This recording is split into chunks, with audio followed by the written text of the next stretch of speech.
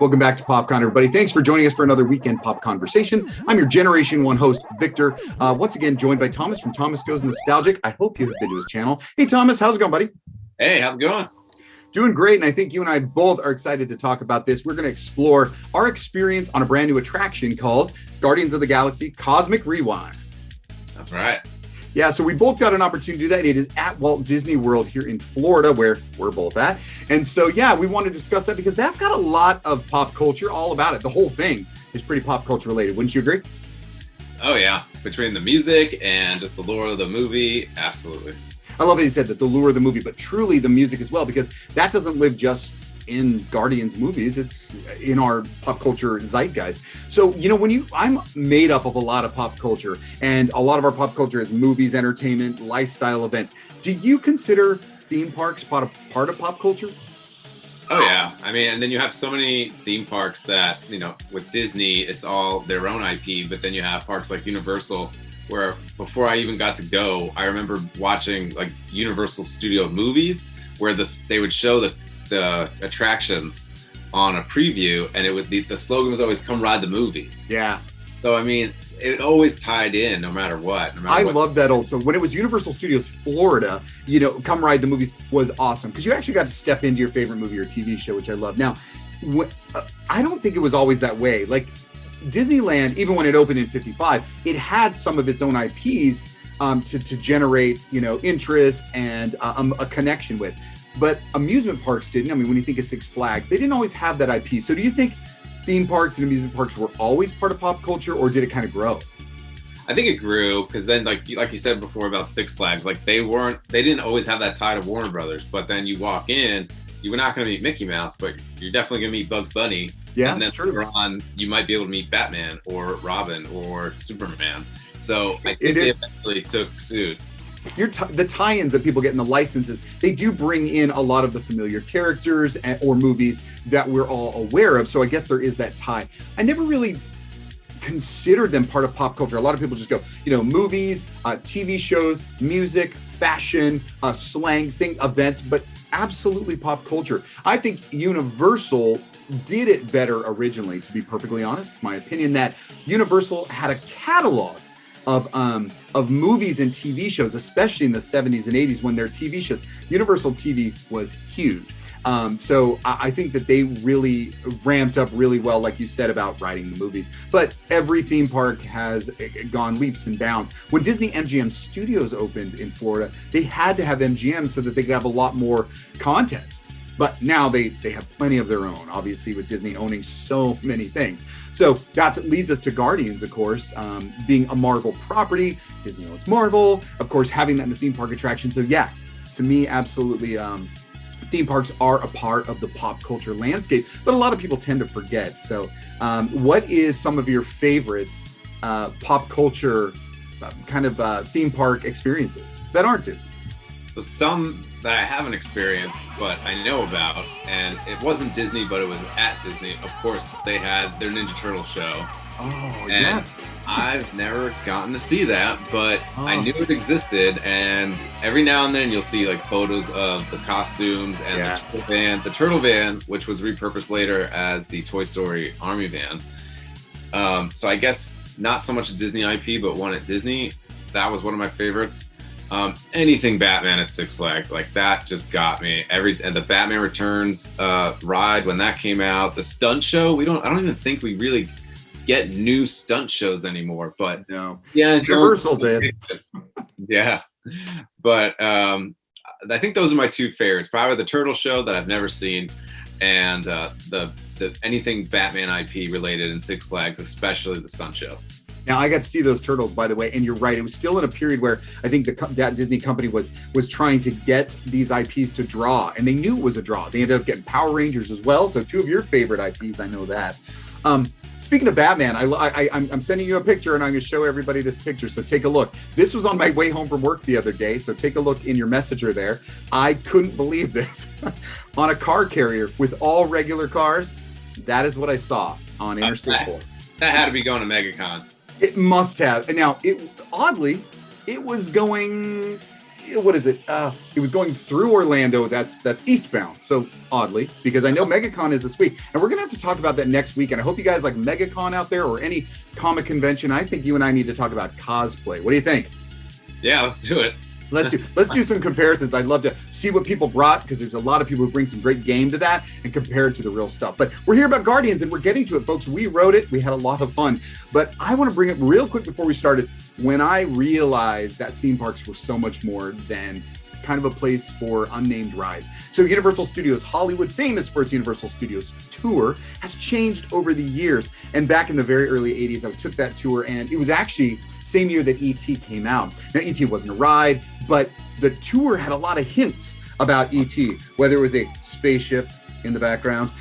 Somewhere on the ride, you were finding this ET stuff, but what was so incredible was this Battlestar Galactica experience. So it was like going through Earthquake or Confrontation, but you drove into this spaceship because the Cylons had captured you, and an experience happened around you.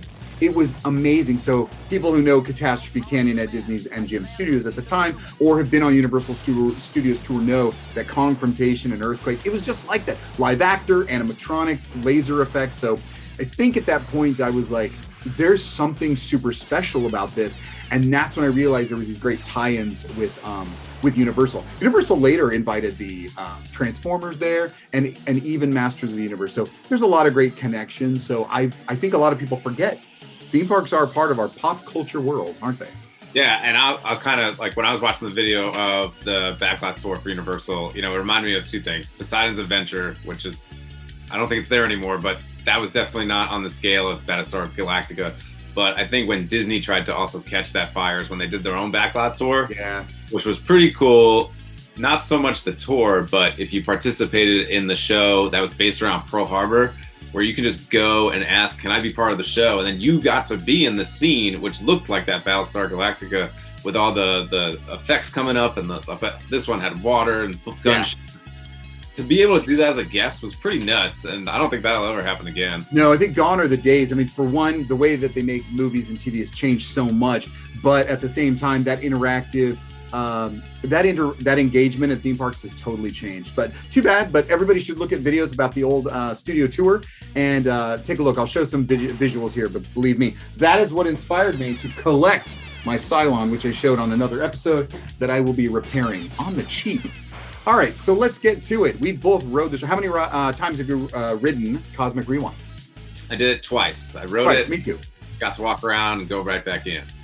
Very nice. Now I was lucky. I got to ride it by myself. Then I actually got to bring a guest. So so I had someone who totally from the outside got to ride it their first time and experience it with somebody who had never rode it and really knew nothing about it. So I thoroughly enjoyed it. It's a great addition. But give me a review. All right, I will premise with saying it is my new favorite ride at Walt Disney World. And with that, I have just a few critiques. Sure. A few critiques. I do like the design of the queue, but as you're going through, there's some things that we've already seen before, and some different technologies or different attractions at, like, it's very reminiscent of Test Track. So everything kind of fits in that style of Mission Space or Test Track. A lot of that glass that's there with all the outlined lights. And then they had a really cool model of Xandar, which is the planet that you're supposed to be on with the Nova Corps. And they do that projection mapping where the color goes over the map. So that's cool. We've seen that before, though. The guests see it from like a castle, but the models are pretty small. That's pretty, to get so minute. I actually was impressed by the model. But I think I know what you're saying, where when you mentioned Test Track and Mission Space, the queues at Walt Disney World are becoming very large, constant switchbacks, trying to keep you busy. What did you mean by the technology was the same? I mean, or similar? But then, like, it really has the same aesthetic as Mission Space and Test Track. If you think about, like, the glass and the lights, like, sleek, clinical. It's kind of cool because it kind of brings Test Track and Mission Space up a little bit. So that was cool. My only other critique is the multiple number of holding rooms or pre-shows. Granted, all of it's cool. However, and we've discussed this off camera, but like Rise of the Resistance, that last one where when the video or the performance is ending, basically it's encouraging all the guests to go, your mission's starting. And then everyone starts running towards the door to get on the ride. And, And there's another whole jetway of 10 more minutes. Yeah, I get why I'm walking behind someone, right? I get why we have to get rushed into those holding areas, but for the second time I rode, the pre-show wasn't working correctly, so we just kind of got shuffled into the ride. I love that. Oh, that's cool. So you have seen the pre-show that actually has a nice magical moment, right? Yeah. Cool. Yeah. I did like that, which, by the way, is a little Poseidon's Fury. But anyway, so you said off camera too, we talked that, spoiler alert, everybody, there's no animatronics. I think everybody knows that. I know it's a downer. It didn't ruin it for me. I mean, I would have loved to seen it, but it didn't ruin it for me. It didn't ruin it for me. I think they had maybe 2 missed opportunities. One, they already have the Rocket Raccoon animatronic made for Tower of Terror, or what used to be Tower of Terror. But also, if they're going to do that project the shot of the whole Guardians at the end, a real simple animatronic that they could have done is Cosmo the dog, which is just a golden retriever spacesuit. And I know at Disney, there's tons of animatronic dogs. They could have just copy and pasted, But I'd agree, but I'd even agree that Groot would be simple. I know that's strange for people to think because he's so beautifully detailed, but the truth is he's the tree. When you have to do it to a human, there's a lot to it. If you look at the Finn animatronic at Rise, there's a lot going on there, and it's so thin latex skin. You wouldn't have to do that with Groot. It could be pretty simple as well. So that'd be kind of amazing, right? Like, hello, that'd be cool. Yeah, I can understand. The ride itself, amazing. So we sat in the back row, the second to last row of the back, which won't give it away, but when the ride starts, you might as well be in the front row. It was just awesome. Projection's awesome. The animation's awesome. There's some Eternals. I love that. With the Celestials.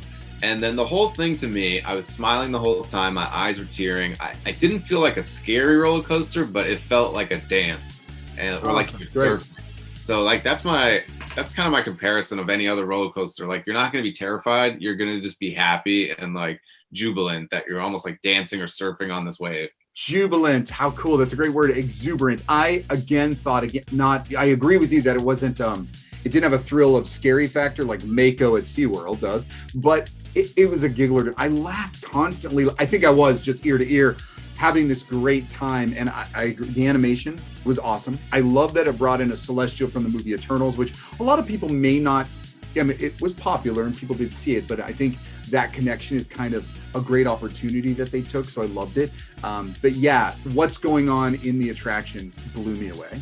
Yeah, and then just one more thing that was going through my head when I was riding the ride. They have a similar effect to the Star Ball at Space Mountain. Oh yeah. And I remember it on the ride, just when I was just thinking in my head of what I thought about this attraction, I was like, Space Mountain should just close now. I was like, this is like what Space Mountain should be. And I was like, true. Now we can always equate it that more people may ride Space Mountain with families, so we got to keep it. But I will tell you, for another video, I'd love to talk about, I think they should retheme that to the black hole. And I don't mean Disney's black hole per se, but I think they have a chance to gut it. Space Mountain Mission Black Hole. It works in Disneyland Paris. They change it all the time. So, well, that's great. I mean, I appreciate that. And I think that your review is very honest. It says what you would have liked to seen or missed opportunities, but you also enjoyed yourself and you told us why. So that's cool. I rode it twice. I rode it in the front row my first time. That was wild. And, but I actually rode it to the second to the last car on the second time. And I do like that better. I think overall, I'm a back of a train guy. What about you? Yeah, I like the whip. Yeah, the whip. Or there's something about being far away from the action as well, especially on long coaster trains when you go down a hill. So that's a major plus for me when you're in the back and people have already experienced a fall. Now, this doesn't have a lot of the drops. It's a lot of going around and round and round. And speaking of that, we'll get to whether we felt motion sickness at all in just a minute. But I love the ride. I remember on my first ride, I got September, the song September, and you got to, who sings that? Oh, I don't know. Oh, I'm so bad. See, I'm bad at the pop culture music. I don't even know that. I know the songs that I had, but I don't know the names of the songs. So okay, so first one was September. Next one was easy. It was Gloria Estefan. It was Come On Baby Shake Your whatever. It was great because we were in the back and that music started, and that's what I think gives you the exuberance you mentioned. So lovely. Just running through that attraction was fantastic. So I'm starting in the reverse. I loved the ride. I giggled. I smiled. I laughed. I definitely thought it was more thrilling than people were alluding to. It is definitely way above Space Mountain. Maybe not quite that rock and roller coaster, but it was a feeling I haven't felt before. So I think it's an original. Absolutely. But let's exit out. I enjoyed the final pre-show room that gives us a little bit of a magical moment I won't spoil. That's nice. That's cool. I followed the story fairly well once I got there. Before that, it is a hodgepodge of audio jargon that's just going on around me. So maybe I wasn't in the queue long enough, but I know, you got to entertain. You got to keep things going. You don't want to be on a loop that everybody can hear over and over. But I wasn't sure what was going on, so it was just visually something to look at. But in the very first room, there's not much to look at. As beautiful as the Galaxarium is, I was like, cool. And I think the other just one more thing is that when you go on, like, expect to see full-size Groot. So if your mind is mentally where we last saw Groot and he's kind of the adolescent, and now you see him as full-size Groot, you kind of have to think to yourself, okay, wait, this takes place before he got small. This takes place after the war, after the war in Guardians of the Galaxies. So it takes place after the 2014 war. So where is Groot at that time? Well, at the end of Guardians 1, he's a little baby. Yep. So this actually takes place after the Great War that we all saw in Guardians of the Galaxy. So it is a standalone. I will tell you that I know this. It is not part of the cinematic universe. But what? Not canon. Not canon. Good way to put it. Thanks for reminding me of that word. So that is unique. But at the same time, when we see Guardians again, don't you assume we'll see Big Groot? I think we're going to see even bigger Groot. Oh, okay. Well, there we go. So, you know more than that than I. So I'll finish my review by saying I didn't mind the queue so much. I haven't had to wait in it full. Maybe it's not that exciting. It's a little distraction. That's about all it is. But the sleek switchback of a queue, back and forth, that has become the norm. You're right, but I'd rather not be in the sun. And secondly, for me, about going into different rooms, if I keep moving, I'm mentally moving. So I'm okay with that. Again, it's anticipating, but I'm like, next, but at least I'm still moving. So I'm a big fan of that. And I know that's the reason. I know. Yes, but I get it. I totally get it. It's the same old. There's not much happening in the queue. It's just to keep you kind of, I guess, moving along. Yeah, because it used to just be like one pre-show, now you're on to the right. But I get it. Yeah, no, you're right. That is not the case anymore. Keep you moving. Keeps you going, trying to get you involved. Like, hey, we're getting you there, even though you got 40 minutes. But great attraction. Now, I've heard a lot of people get motion sickness. I've seen some YouTube videos about it. Did you feel anything? I have a pretty strong stomach, and there was a few parts where I was like, "Whoa, that actually hit me pretty good," but not to the point where I thought I was gonna get sick or anything. Maybe I confuse it, but tickling my stomach is different. My stomach was tickled, but I have a really iron stomach. But even so, I feel the whoa, but that's nothing to me. That's just part of that exhilaration. So I didn't feel any motion sickness. And the one thing I hope they do not do is make any changes to its intensity or to its ride programming, which a lot of theme parks will do after complaints. But I did see a cleanup of some throw up at the end. I mean, if I just can compare it without giving anything away, think like one of those avalanche rides. Oh yeah, but like mixed with like Gringotts at Universal. But it was pretty unique, I must say. I can't compare it to Gringotts. I despise Gringotts screens because they're not clear enough ever. So I get really annoyed by trying to follow a story. Also, the audio there. I'm sorry, Universal. Your audio sucks in that ride. I do not know what's going on. So there's a lot to it, guys. I think it is a fantastic addition, fantastic attraction. I'm not going to get into anyone's like, does it fit at Epcot? Because it's just the way it is. It is a great addition, a lot of fun, and will continue to go on that. I hope everybody gets a chance. So, but now let's talk about what's important to you. Toys. Yeah, so I already have them all, so I'm not going to go out and buy it, but they're releasing an exclusive Marvel Legends 5-pack of all the Guardians. So all of them from that you see in the attraction: Gamora, Rocket, Groot, Star-Lord, and Drax. So will they look any different? The deco and paint looks better than the ones I have. Okay. So I say I won't get them, but maybe I will. which is pretty cool. That I thought that was pretty cool what they've done with Galaxy's Edge. There's exclusive Black Series, so exclusive Marvel Legends just for the park, which I think is the first time that's ever happened. Probably because of, again, legally stuff. So tell me, guys, have you rode not Rise of the Resistance, but Cosmic Rewind? Yeah, tell us in the comments if you've ridden it, if you love it, if you're looking forward to it. Yeah, we thought it was a great ride. I will ride it every time for sure that I possibly can. But yeah, I hope everybody will enjoy that. And what is great about that exclusive toy pack is probably sold right there. Is it a park exclusive right now? I think you'll probably only be it will be. Probably when it's scarce, you'll only be able to get it at Epcot, but maybe in the future you can get it at that Marvel store that's at Disney Springs. Well, cool. Wonderful. Well, that was what we wanted to discuss today. Theme park pop culture. Definitely, it's a big deal with the opening of Guardians of the Galaxy Cosmic Rewind, which I think is fantastic. But there's a lot of things going on. I know, just throwing out stuff. I know that Bob's Burgers movie comes out next week. And honestly, I love that show. So are you a fan? Bob's Burgers? Yeah. Definitely watched that movie. I may go see it in the theater. I may not, but either way, I do want to see it. I love those characters. I love the voice actors. They're great. Like, I've seen Simpsons movie in the theaters. I'm waiting for a Family Guy movie that we'll never get. That'll never get. I'll go see All Bob's. right. Check out both our channels, folks. That's Popcorn powered by GX. That's Generation X. That's me. And Thomas Goes Nostalgic. He's a millennial, but that's not the title of his channel. So, but awesome. Thanks for joining us. Please write in the comments what you'd like to hear. We'd love to hear about it, and maybe we'll discuss it at another Pop Conversation. Thanks, guys. Until next time. Catch you next time.